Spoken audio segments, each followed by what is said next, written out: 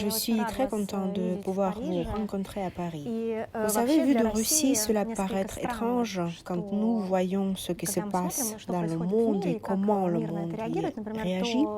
En Russie ou aux États-Unis, ce sont les stars de pop ou de rock qui jouent le même rôle qu'en France jouent les philosophes.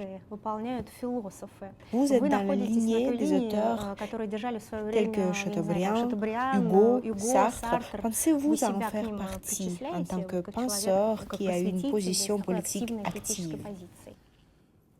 Défenseur des droits de l'homme, certainement. Penseur, j'essaie aussi. Et la lignée que vous décrivez, elle est évidemment intimidante et même écrasante, mais c'est effectivement celle dans laquelle je me reconnais.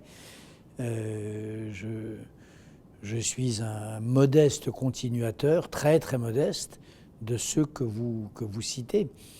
Et ce qu'on appelle en France les intellectuels, d'abord c'est un peu une spécialité française, c'est vrai. Des écrivains ou des artistes ou des scientifiques parfois qui sortent de leur discipline pour se mêler des affaires du monde, pour se mêler de ce qui ne les regarde pas. Ça, c'est quelque chose qui a une vivacité, une vie particulière en France. Depuis d'ailleurs un événement français qui est l'affaire Dreyfus.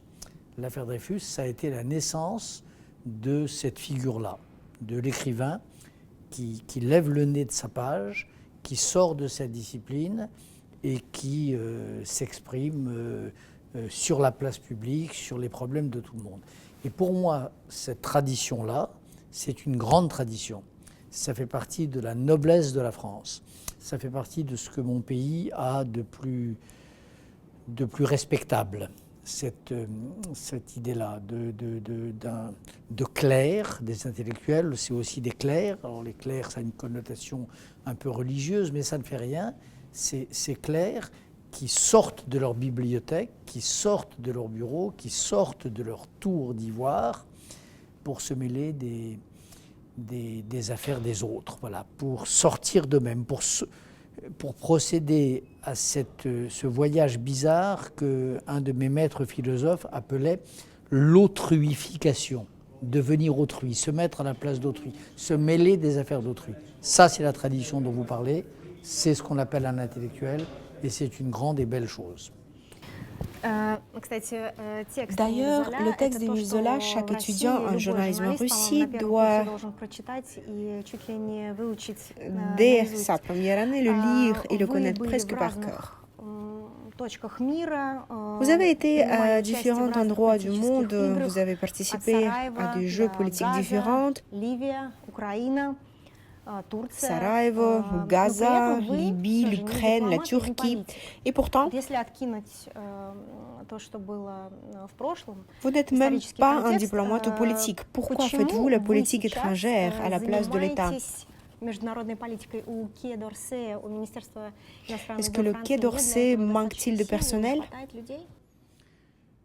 Non, mais il arrive que les États, même en démocratie, fassent mal leur métier. Ça arrive. Le Quai d'Orsay, comme le Foreign Office, comme le département d'État aux États-Unis, il leur arrive d'être trop timorés, de ne pas être à la hauteur de ce que leur pays a de meilleur. Il leur arrive d'être aveugles aux enjeux réels de l'époque.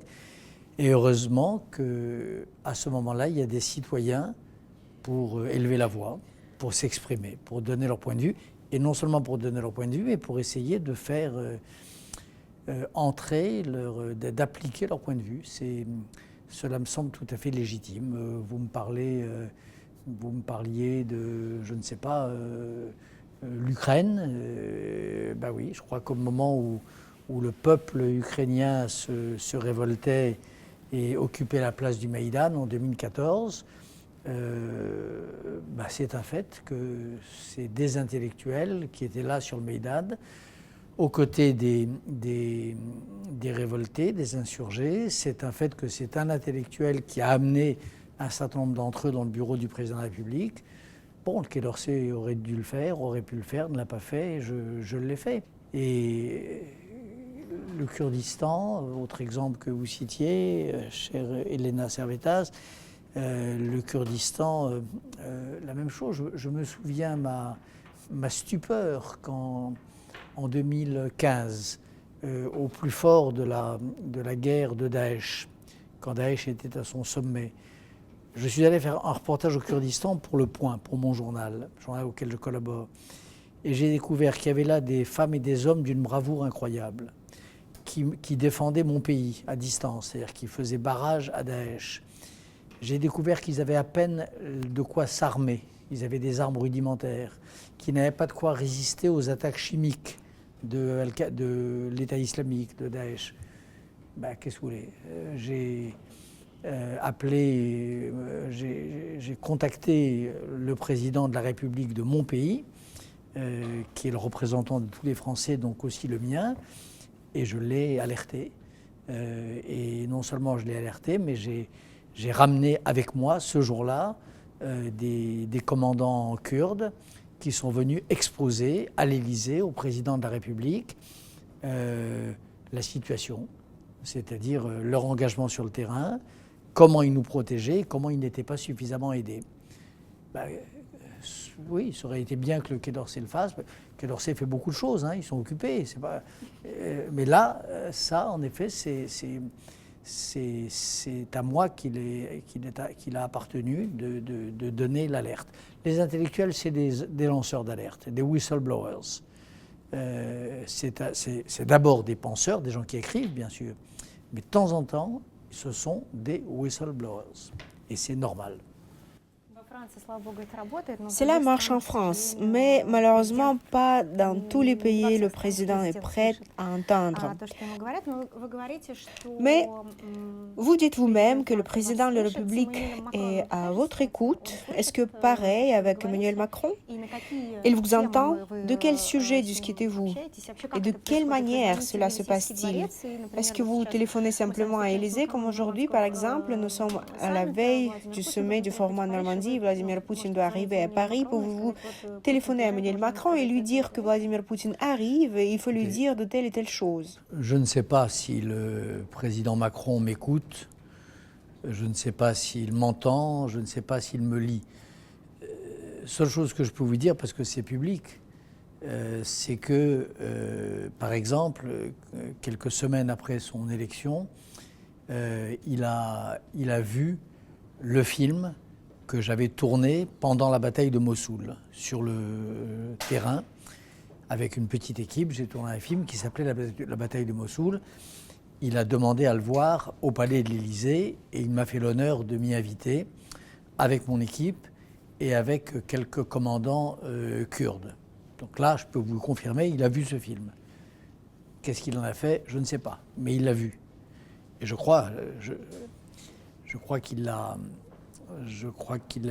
regardé avec attention. Ce que je peux vous dire aussi, parce que ça, c'est pas un secret, c'est que quelques jours avant les élections européennes, vous savez que ces élections ont eu lieu il y a quelques mois, il y a eu la poussée de mouvements populistes très forts en Europe, des ingérences extérieures, notamment de la Russie de Poutine, qui a fait tout ce qu'elle a pu pour déstabiliser l'Europe, pour aider les partis d'extrême droite, etc. etc. Le président Macron m'a reçu avec d'autres écrivains européens,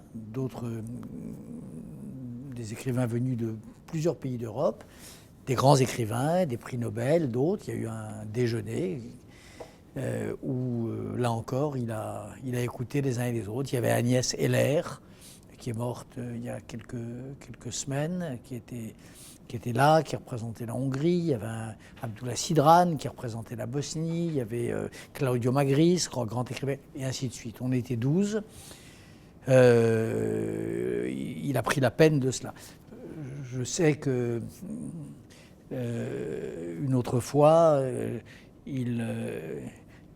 je suis retourné le voir avec mon ami Salman Rushdie pour lui parler de l'islamisme radical, de l'Iran, de la lutte nécessaire contre le djihad. Et là encore, le président Macron a écouté. Donc voilà, c'est vrai que c'est une des caractéristiques françaises. C'est un pays où les présidents ont une certaine considération pour les écrivains. Alors, je ne sais pas s'ils les écoutent, c'est pas les écrivains qui font la politique de la France, mais les présidents français, depuis le général de Gaulle, c'est pas nouveau, ont une considération pour les écrivains français. Vous avez visité suffisamment d'endroits dangereux dans le monde, ainsi que des endroits où il y avait simplement des grands événements, par exemple l'Ukraine. Vous vous souvenez qu'à l'époque, on disait en Europe, en France en particulier, que l'Ukraine était victime d'agression, qu'il fallait l'aider, mais aujourd'hui, en 2019, les Européens et les Français, entre autres, sont maintenant assis à la même table avec M. Poutine. Et on a l'impression qu'ils ont oublié les victimes d'agression, on a oublié ce qui s'est passé. Impression que l'Europe abandonne simplement l'Ukraine. N'avez-vous pas la même impression? Écoutez, n'exagérons pas, la Russie est toujours sous sanction. Un certain nombre des oligarques qui entourent Poutine ne peuvent pas se déplacer librement en Europe. Non, je ne crois pas qu'on ait effacé l'ardoise et je ne crois pas qu'on ait tourné la page. Je ne crois pas. Maintenant, que Macron ait un autre style que son prédécesseur, c'est possible.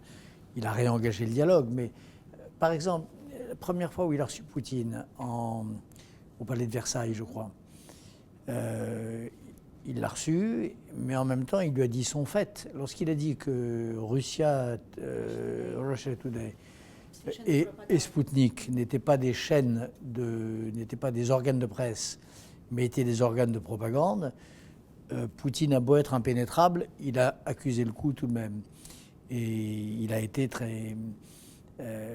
Macron a été très ferme là-dessus. Sur l'Ukraine, la façon dont il a, entre les deux tours de l'élection ukrainienne, reçu les deux candidats à l'époque, Poroshenko et Zelensky, la façon dont il a réaffirmé son soutien, c'était également un message. Donc on ne peut pas dire. Le style a changé, il dialogue avec Poutine. Le fond, pour l'instant, n'a pas changé. Alors, est-ce que je pense qu'il a raison d'avoir changé de style? Ça, c'est une autre affaire. Moi, je suis partisan d'une politique ferme. Vis-à-vis de Poutine, je crois que c'est le seul langage qu'il entende. Je ne crois pas que Poutine, malheureusement, soit un homme qui entende un autre langage que celui du rapport de force absolu. Mais si vous avez l'occasion de discuter aujourd'hui avec le ministère des Affaires étrangères en France, quel conseil vous aurez pu lui donner pour discuter avec Vladimir Poutine? Je viens de vous le dire, je pense qu'on n'est pas assez ferme avec Poutine. Parce qu'il y a un point sur lequel vous avez raison. Il y a un sujet sur lequel on a passé l'éponge d'une manière, à mon avis, scandaleuse, c'est la Crimée. L'invasion de la Crimée, l'occupation de la Crimée a soulevé des protestations mondiales en 2014, et puis très vite après, en tout cas depuis 2016, on a l'impression que c'est un fait accompli. Et on condamne l'occupation de la Crimée du bout des lèvres. Et ça, par exemple, si une politique étrangère digne de ce nom dans les démocraties occidentales est une politique qui refuserait de prendre cela pour acquis, qui continuerait de penser que c'est un précédent gravissime, qui continuerait de penser que ce kidnapping de la Crimée a laissé une blessure qui saigne encore. Et ça, l'Occident, les États-Unis d'ailleurs d'abord, mais aussi l'Europe, ne sont pas assez, ont cessé d'être clairs sur ce sujet. Et c'est dommage. Changeons un peu de sujet. Votre voix, Bernard-Henri Lévy, est largement connue pour votre position pro-israélienne, alors que dans le monde des autres intellectuels occidentaux, c'est le positionnement opposé qui est répandu et gagne en popularité. Quand on les écoute, ils parlent d'apartheid, de Gaza. Pensez-vous qu'Israël a perdu la guerre de la communication pour le moment?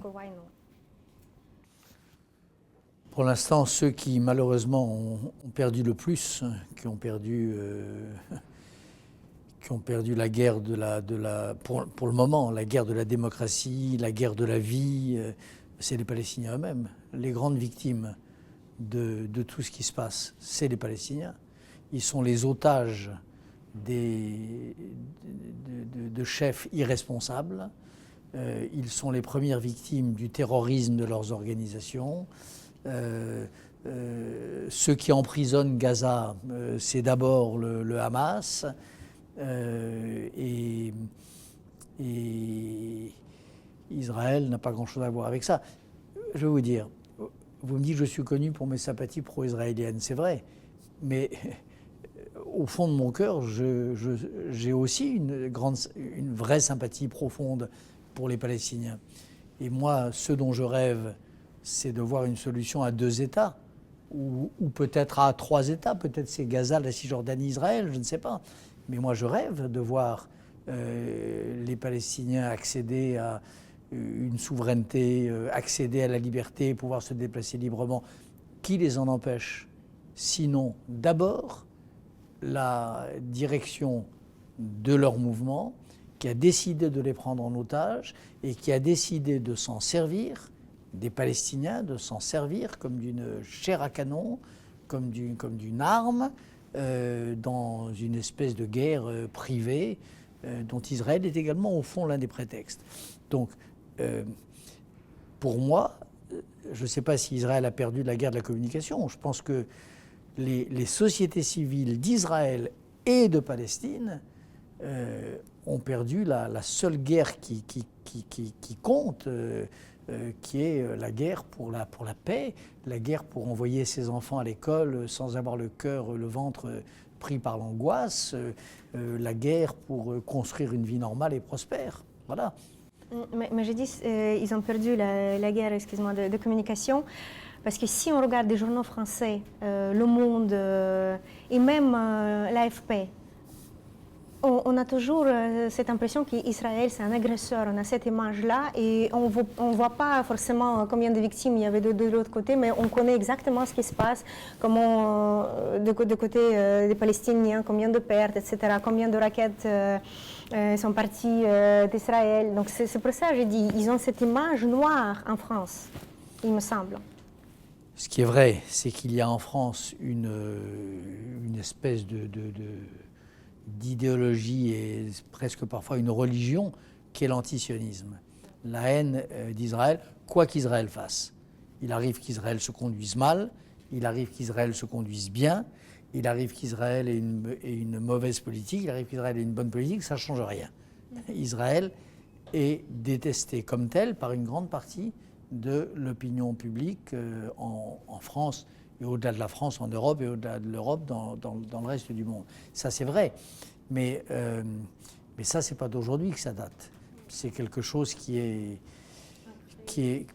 ancré dans la nuit des temps et qui est ancré dans l'histoire d'Israël. C'est-à-dire dès l'instant de la naissance d'Israël, quand le peuple des camps, quand les revenants des camps, les rescapés des camps, exsangues, misérables, les derniers des derniers qui étaient comme des fantômes arrivent dans la terre de leurs rêves. Première chose, c'est que souvent on les renvoie. On ne laisse pas les bateaux arriver. On les renvoie à Chypre, on les renvoie parfois jusqu'en Allemagne. Puis après, quand ils commencent d'installer cet État, dès le premier jour, dès 1948, c'est l'agression de tous les pays arabes coalisés avec, dans l'indifférence d'une grande partie des pays démocratiques. Et si Israël a survécu, il le doit à soi-même, c'est-à-dire à la vaillance de sa jeune armée à l'époque. Donc c'est pas nouveau ça. Israël, dès le moment de sa conception, dès l'instant de sa naissance, a été là en but à cette réprobation, à cette hostilité, à cette volonté d'élimination. Donc voilà, je ne dirais pas qu'il a perdu cette guerre aujourd'hui. C'est pas nouveau. Alors, il y a des péripéties. Il y a le mouvement pour le boycott, BDS, qui est une nouvelle figure. Voilà. Alors tout ça, j'ai envie de vous dire que c'est un épisode particulièrement douloureux dans l'histoire de l'antisémitisme, clairement. Mais c'est aussi un épisode dans l'histoire de la longue guerre des démocraties contre les autoritarismes. Parce qu'il ne faut pas se raconter d'histoire. Dans cette bataille-là, Israël, qu'on le veuille ou non, défend les principes du libéralisme et de la démocratie. Du libéralisme au sens gauche du mot, au sens américain du mot. Les valeurs liberals et les valeurs démocratiques, c'est en Israël qu'elles s'incarnent. Dans le camp des adversaires d'Israël, vous avez la vieille saloperie totalitaire sous toutes ses formes, la volonté de guerre, la haine de la liberté, le mépris des femmes, vous avez tout ça. Voilà. Donc c'est un épisode dans cette guerre aussi. Voilà. C'est un épisode dans la guerre menée par les antisémites contre les juifs et un épisode dans la guerre menée par les autoritaires ou les totalitaires contre la démocratie. Et Israël se dresse là, je dois dire, assez vaillant. Pendant le printemps arabe, vous avez dit une fois dans un entretien avec The Observer, je pense que le chaos était toujours suivi par la démocratie. Cependant, il y a de nombreux exemples du contraire. L'Égypte, après le printemps arabe,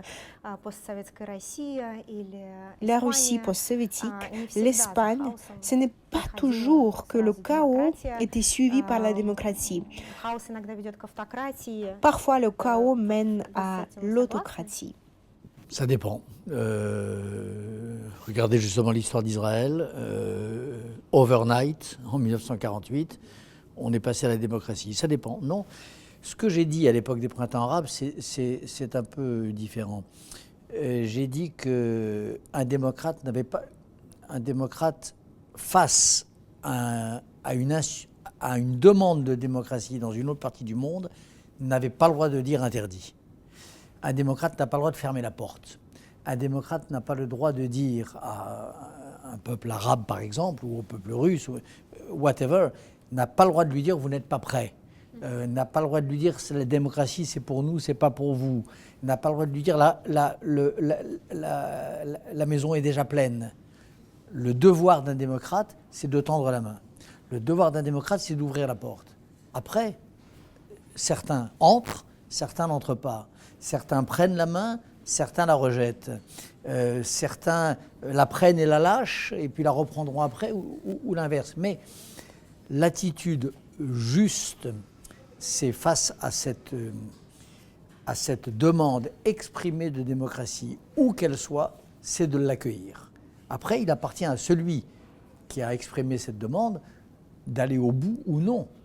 Alors on peut l'y aider, naturellement. On peut contribuer, mais on ne peut pas se substituer à lui, ni pour lui dire non, ni pour penser que parce qu'on lui a dit oui, le chemin est arrivé au bout, qu'on est arrivé au bout du chemin.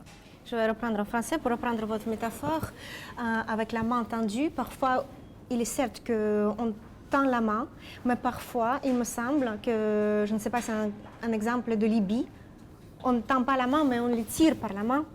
On les oblige à agir de certaines façons, on les soutient, on fait du lobbying pour eux, mais ensuite on se retourne, on voit les conséquences.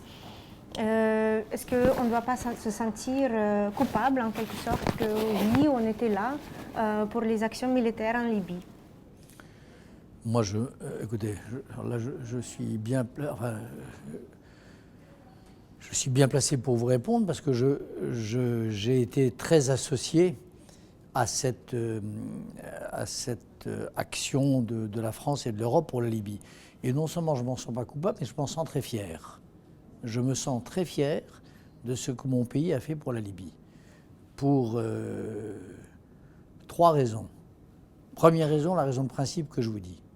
Quand les Libyens appellent à l'aide, quand ils vous supplient de venir à leur secours pour éviter un bain de sang, vous ne pouvez pas faire comme si vous n'entendiez pas. Premièrement. Deuxièmement, parce que même si c'est le chaos, même s'il y a plus que du désordre, même s'il y a une guerre civile de basse intensité qui existe dans la Libye d'aujourd'hui, je pense, et je pèse mes mots, que c'est moins violent, que c'est moins dévastateur, que c'est moins meurtrier que le régime d'avant, que le régime de Kadhafi. Mais troisièmement, parce que je crois intimement que si l'Europe et un peu les États-Unis n'avaient pas volé au secours du peuple libyen en 2011, il se serait probablement passé en Libye ce qui s'est passé depuis en Syrie. C'est-à-dire qu'on aurait aujourd'hui, non pas une, mais 2 Syries. On aurait 2 Bachar al-Assad. Et la Syrie, pardonnez-moi, mais c'est beaucoup plus grave, c'est beaucoup plus horrible ce qui se passe en Syrie que ce qui se passe en Libye au même moment. Hein. Ce qui se passe en Syrie, c'est le pays vidé de sa substance, c'est des millions de réfugiés, c'est des centaines de milliers de morts, c'est un pays absolument cassé. Donc, au fond, la vraie question à se poser, c'est quel est le bilan de l'intervention de l'Occident et quel est le bilan de la non-intervention. Et on a là 2 cas, disons les choses comme ça. On a, comme sous un microscope, on a 2 cas exemplaires. On a un cas d'intervention, c'est la Libye. On a un cas de non-intervention, c'est la Syrie. On a un cas où on s'est battu auprès de ceux qui voulaient changer les choses en Libye, et il y a un cas où on s'est lavé les mains, on s'est dit débrouillez-vous. Bon, on voit le résultat. En Libye, bien sûr, désordre, bien sûr, pas la démocratie, mais enfin, ça n'est pas le bain de sang auquel on assiste de l'autre côté. Ça, c'est le bilan de l'intervention. Et le bilan de la non-intervention, le bilan de quand on ne fait rien, c'est la Syrie de Bachar al-Assad, c'est la Syrie de Daesh, c'est la Syrie des groupes Al-Qaïda. Enfin, c'est ce cauchemar, cet enfer sur terre qu'est depuis 8 ans la Syrie.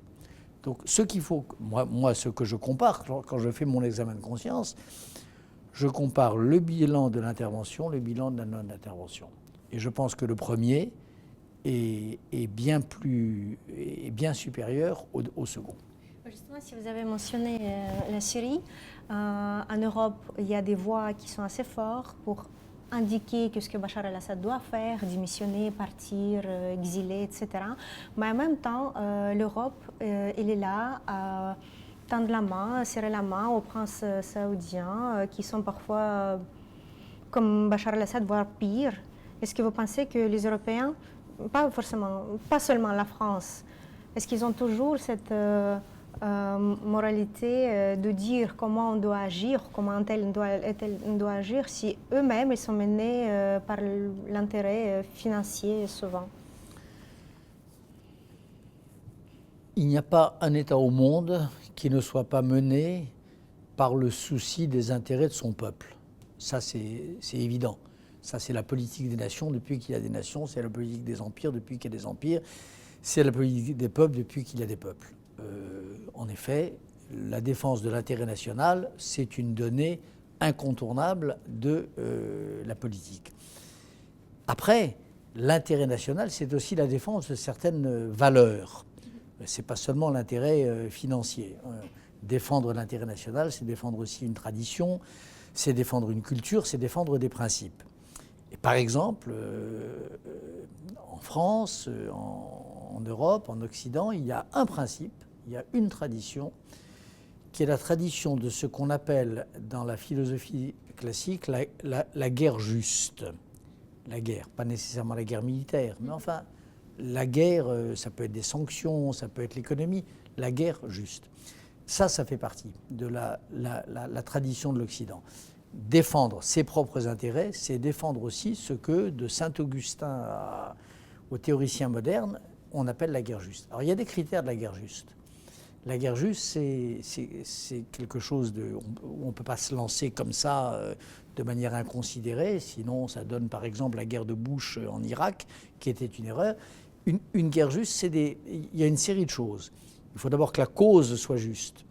Il faut ensuite que tous les moyens à disposition aient été utilisés et n'aient pas marché. Il faut qu'il y ait un mouvement populaire de la société civile puissant qui vous appelle. Enfin, il y a toute une série de choses. Alors, je vous dis ça pourquoi ? Parce que vous comparez la Syrie et l'Arabie saoudite, bien sûr. Et c'est vrai que quand je regarde les dirigeants de l'Arabie saoudite d'aujourd'hui, il y a des actes qui se commettent là qui sont, je pense notamment à la mort à l'assassinat de Khashoggi, qui sont d'une barbarie atroce. Mais si vous considérez les quelques critères que je viens d'évoquer à l'instant, ils sont rassemblés en Syrie, ils ne sont pas rassemblés en Arabie saoudite. Le jour où il y aura en Arabie saoudite un mouvement d'opinion, un mouvement populaire qui attendra de mon pays un renfort décisif, oui, à ce moment-là, il faudra peut-être le faire. Le jour où tous les moyens auront été épuisés, en Syrie, pourquoi en Syrie, en effet, il fallait que Bachar al-Assad s'en aille ? Parce que tout a été tenté. La diplomatie, l'économie, les sanctions, des bombardements ciblés, tout a été tenté.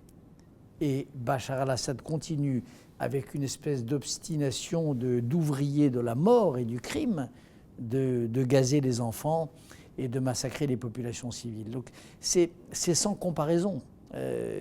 Et les démocraties, un pays comme la France ne peut pas se mettre à faire la guerre à tout le monde. Donc c'est des questions hélas, d'une grande complexité et qu'il faut essayer de traiter avec cette complexité. Donc oui, en Syrie, face au désastre quotidien, face à l'épuisement de tous les moyens d'intervention et d'action, c'est vrai qu'il y a un moment où j'ai pensé et où j'ai écrit et où j'ai dit, et je le pense d'une certaine manière toujours, même si malheureusement la Syrie et la bataille a été perdue, il y a un moment où j'ai pensé qu'il fallait tout faire pour que Bachar al-Assad quitte le pouvoir.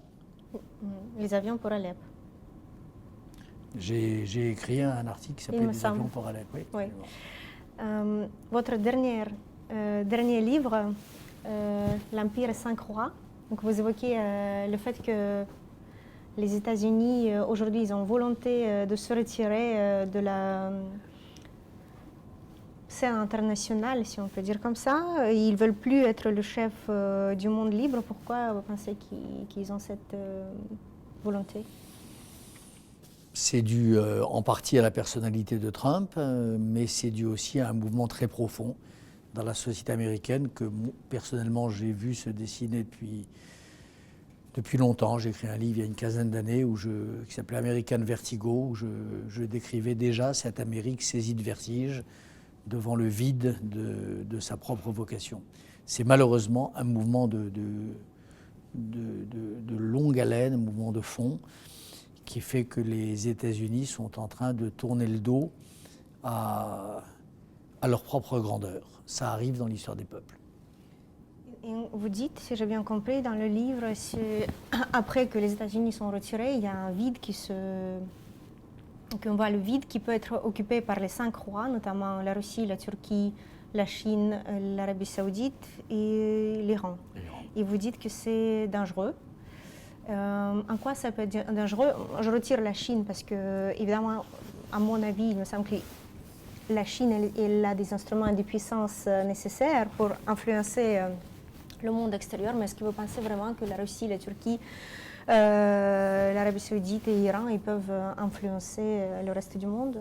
Écoutez, je vois la manière dont Erdogan noue des accords avec la Libye il y a quelques jours. Je vois la façon dont il tente de gagner du terrain dans ma chère Bosnie ou au Kosovo. Oui, il y a ça s'appelle le reste du monde et il y a clairement une ambition impériale d'Erdogan. Je préférerais qu'il foute la paix à la Bosnie. Et je préférerais que ça ne soit pas lui qui relance le désir de démocratie en Libye. La Russie de Poutine, même chose. Je pense que le projet eurasiatique de Poutine, qui est un projet alternatif au projet de l'Union européenne, est un projet dont je n'aimerais pas que mes enfants ou mes petits-enfants vivent dans son ombre. Ce serait une régression de la civilisation européenne. L'Iran, je vois ce qui se passe au Liban avec le Hezbollah, je vois ce qui se passe en Irak, je vois ce qui se passe au Kurdistan. Alors ce qui se passe, c'est deux choses d'ailleurs. C'est une volonté impériale de l'Iran et un soulèvement des peuples qui n'en veulent pas. Au Liban, comme à Bagdad, vous avez des mouvements populaires qui disent « stop l'Iran », « dehors l'Iran ». Enfin, le problème est là, oui, bien sûr que dans cette espèce de... Le retrait de l'Amérique, c'est comme une marée dans la mer qui se retire. Et quand cette mer se retire avec la marée, il y a autre chose qui vient à la place. Vous aviez 20 ans en 1968 et depuis ce temps-là, une société harmonieuse où existerait un équilibre entre les intérêts du public, des intérêts politiques et ceux du monde des affaires, une société de respect avec un débat civil, tout cela faisait partie des promesses européennes. Et si on regardait maintenant, ce que l'on voit, ce sont des fascistes qui sont partout, les démagogues. Il y a des protestations, de la pauvreté, des réfugiés, des affrontements dans la rue, des crises économiques. Comment a-t-elle pu tout gaspiller, cette génération de 1968 ? Parce que ainsi va l'histoire des hommes, elle capitalise et elle gaspille, elle avance et elle régresse. Dans cette grande insurrection libertaire de la fin des années 60, il y a des points qui ont été marqués, il y a une part de ce temps-là qui reste vivante aujourd'hui, et puis il y en a une autre qui est morte, qui est provisoirement morte. Mais moi, je suis d'une certaine manière incurablement optimiste. Je ne crois pas que les populistes ont gagné. Je ne crois pas que les nationalistes vont l'emporter. Je ne crois pas que l'extrême gauche et l'extrême droite sont la solution pour demain. Je ne crois pas que l'Europe soit morte. Non, je pensais aux pays comme Pologne, Hongrie, Autriche, là où ils sont vraiment... Oui, c'est très triste. Évidemment que c'est très triste de voir ces pays qui ont toujours été le cœur battant de l'Europe et puis qui avaient ce désir si vibrant de rejoindre leur patrie européenne, qui aujourd'hui, je pense à la Hongrie par exemple, sont prêts à se vendre à Poutine, par exemple. Je pense que Viktor Orban est un accident de l'histoire hongroise. Et je pense que c'est ces mouvements de balancier dans l'histoire des civilisations qu'on peut regretter, je les regrette, enfin qui sont peut-être inévitables et qui n'empêchent pas que si les peuples le veulent, qui n'empêchent pas que la liberté l'emportera tout de même. La partie n'est pas perdue. Je ne dis pas qu'elle est gagnée. Moi, je ne crois pas au sens de l'histoire, ni dans un sens ni dans l'autre. Je ne crois pas ni que le moindre mal l'emporte, ni que le pire soit sûr. Je crois que ça dépend des hommes, des femmes, des peuples.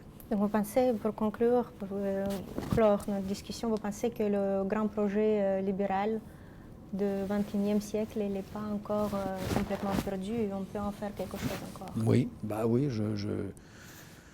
c'est en tout cas oui, c'est mon espoir. C'est vrai qu'il se porte mal aujourd'hui. C'est vrai que le libéralisme, sous toutes ses formes, le libéralisme économique, le libéralisme politique, l'amour de la liberté en général, dans toutes ses facettes, c'est vrai qu'il se porte mal aujourd'hui, partout. Partout, ce sont les solutions autoritaires qui l'emportent, et partout, la liberté semble redevenue un fardeau dont les hommes veulent se débarrasser. Mais je ne pense pas que l'humanité ait dit son dernier mot. Loin de là. Merci beaucoup.